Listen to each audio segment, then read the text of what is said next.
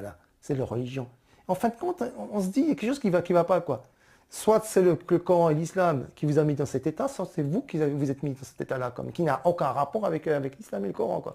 Et comme on a étudié bien le Coran, on a vu que c'était quelque chose de positif, puisqu'ils ont créé, le Coran et l'islam a créé la civilisation berbéro-andalouse, perso-berbéro-andalouse, qu'on appelle celle de la dynastie des Abbassides, qui a donné la Renaissance européenne, les siècles des Lumières et l'époque contemporaine. Voilà. Et là, je reviens juste à une petite phrase qui a été dite par un ministre il n'y a pas longtemps, il y a 2 ans, je crois, à l'Assemblée nationale.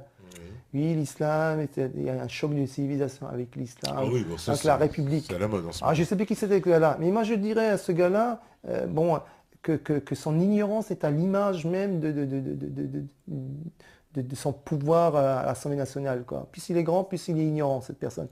Voilà, je dis quand à la même période, quand les musulmans, quand Saïbi faisait l'opération de la cataracte avec une aiguille creuse, quand on faisait la chirurgie thoracique, quand il y avait l'éclairage public sur une centaine de kilomètres, je dis une centaine parce qu'il y en avait encore plus, quand on philosophait sur la mécanique céleste, je suis désolé, mais ses ancêtres à celui-là vivaient dans les forêts avec les loups, habillés en peau de bête, à gratter les racines pour se nourrir. Et il dit que nous n'avons pas de... Et il ose dire, oui, il y a un choc de civilisation, l'islam est contradictoire vis-à-vis de la République, mais quand tu commences à décortiquer un peu l'islam, mais mon ami, ta société actuelle, sans l'islam, elle n'existerait pas. Enfin, quand il dit la République, c'est peut-être la République maçonnique. À ce moment-là, il a Oui, peut-être voilà, raison. évidemment. Ça, c'est vrai. Ça dépend dans quel sens on se place. Ça, Hein. c'est vrai. Non, mais c'est juste pour... voilà, quoi. Il faut arrêter de... Étudier avant de parler, de dire n'importe quoi, surtout avec un poste de responsabilité comme celui-là, quoi. Donc il faut réhabiliter quand même. Pour toi, c'est important quand même qu'on réhabilite l'origine de la science et les savants qui ont Voilà, donc été voilà, les- Patrick, tu rentres dans un... J'ai oublié, mais tu me l'as fait rappeler à l'instant.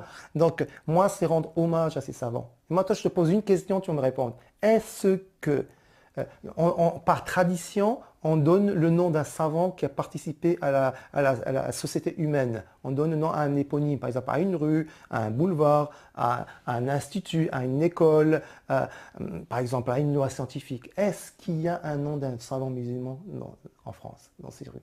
Dans la rue, dans un boulevard, dans un institut, est-ce qu'on donne... Bah, il y en a, mais latinisés. À Vicenne, on retrouve à Vicenne quand même.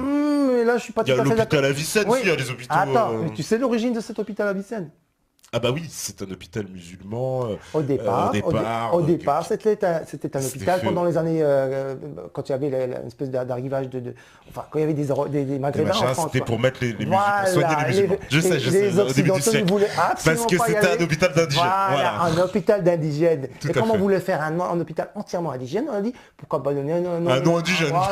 Voilà. Et c'est Tout à pas fait. par égard vis-à-vis D'accord. d'Avicenne qui a écrit le canon de la médecine, qui a servi d'ouvrage de référence européen pendant des siècles. Non, pas. Il n'y a aucun savant musulman.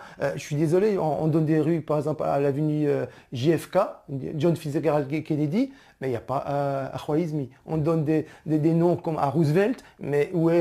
Il y a une volonté, alors justement, là, Une haine viscérale. La dernière question, justement, tu vas répondre sur ça. Est-ce qu'il y a une volonté, alors, dans ce cas en Europe, de faire oublier le rôle, on va dire, de tous ces savants musulmans dans cette science européenne qui, aujourd'hui, faut bien le dire, les Européens s'en targuent en disant c'est nous qui avons inventé Voilà, ça, c'est ça. c'est nous qui avons inventé C'est ça, ça. etc. Et qui est même la supériorité. Il y en a même qui se prennent pour des races supérieures grâce à ça. Voilà, c'est Donc, ça. donc C'est est-ce ça. que justement, c'est quoi? C'est une volonté des Européens d'avoir voulu oublier l'arabe, le cacher, on va dire. Hein, je parle vulgairement.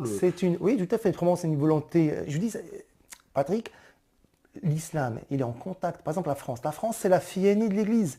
N'oublie pas ça. Oui. L'Église a une puissance. Faut pas croire qu'elle a la laïcité en France. C'est un truc complètement bidon. C'est une tromperie parce que l'Église est toujours aussi puissante en France. Mais elle est dans l'ombre, dans les chancelleries. Elle est cachée, mais elle a son mot à dire. Au moins, certains pays comme l'Allemagne affirment bon, qu'ils sont religieux, quoi. Ici, non. Voilà. En Angleterre, c'est pareil, quoi. Mais là, une haine viscérale. C'est viscéral vis-à-vis du musulman et de l'islam. Ça, c'est quelque chose de... voilà, on n'a toujours pas compris. C'est certains qui disent, oui, bon, vous savez, dialogue islamo-chrétien, mais c'est un truc bidon. C'est pour t'endormir. Il t'anesthésie comme ça. Et un des phénomènes les plus extraordinaires, c'est, si elles reconnaissent, maintenant, je parle par absurde, si maintenant elles reconnaissent que les musulmans de l'islam classique ont inventé et que eux, ça a donné, ça, s'ils admettent qu'ils ont inventé ça, c'est qu'ils admettent que la Renaissance, ça provient d'eux. La Renaissance. Mais les grands historiens l'admettent, ça, non? Moi, je l'ai déjà entendu, Oui, mais certains très rare, historiens qui disent la civilisation musulmane a donné le punch qui a fait redonner la Renaissance en Europe. Alors, maintenant, ils vont pas aussi loin que toi avec Voilà. l'histoire des Grecs. Voilà, et tout. Ça, c'est vrai. C'est vrai. C'est la première fois que j'entends cette version. Alors, Mais bon. si vraiment il y a une reconnaissance, donnez des noms alors, vas-y, des noms de rues, des instituts, donnez des lois scientifiques, par exemple. Voilà.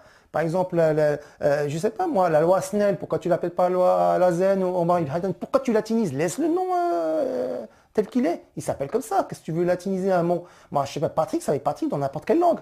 Voilà. Je veux dire, pourquoi tu veux t'appeler Patrick un autre nom? Donc, voilà. Donc, la falsification nominale est quelque chose de très, très ancré dans l'Église.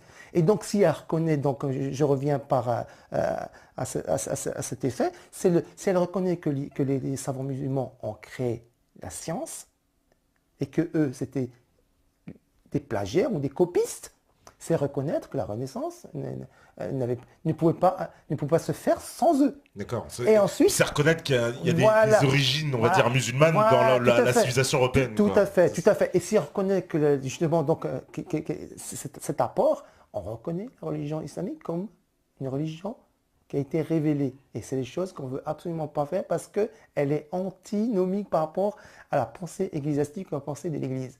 L'Église a une haine viscérale et elle le maintient encore. Elle ne reconnaîtra jamais. Elle ne reconnaîtra jamais l'islam en tant qu'un